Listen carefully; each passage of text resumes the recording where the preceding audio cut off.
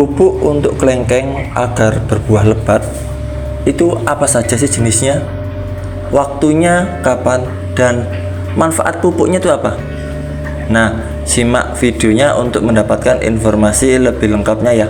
Dan jangan lupa share juga ke sahabat kelengkeng yang lain. Yang pertama namanya pupuknya NPK.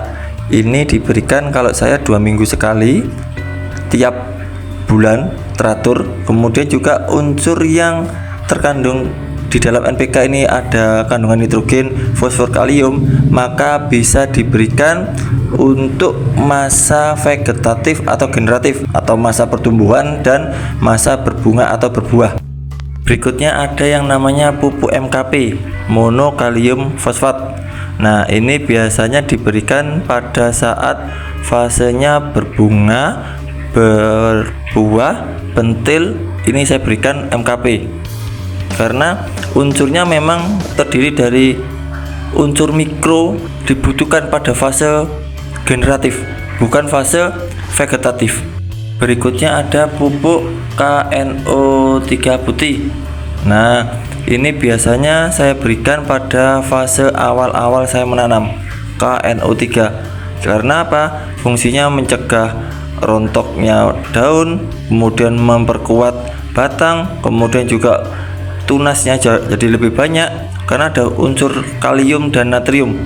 Kemudian pada fase bunga, kalau memang nggak ada MKP, bisa juga pakai KNO3 karena fungsinya untuk memperkuat daripada pentil atau buah agar tidak jatuh.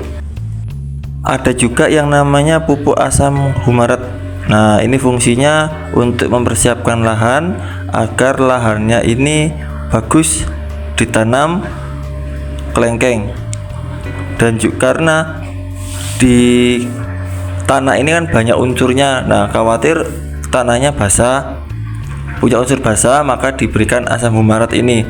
Nah, nanti diolah, ini alternatif daripada batu gamping untuk mencegah bibit penyakit yang ada di tanah merugikan tanaman yang kita tanam ya. Ini namanya pupuk boron. Nah, di pupuk ini yang utama kandungannya adalah adanya kandungan natrium sama kalsium, sehingga bagus pada saat masa awal-awal pertumbuhan kelengkeng karena bisa merangsang dan juga memperkuat daripada tubuh atau batang tanaman kelengkeng. Pasti ada pertanyaan, wah kok banyak sekali jenis pupuknya, apakah tidak rugi atau apa tidak pusing untuk ngaturnya? Nah, kalau saya pribadi, saya lebih dominan pakai pupuk NPK.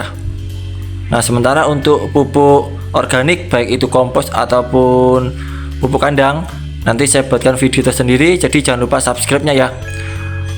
Saya lebih dominan ke NPK karena lebih hitungannya ya, lebih bisa dipakai untuk fase vegetatif ataupun generatif.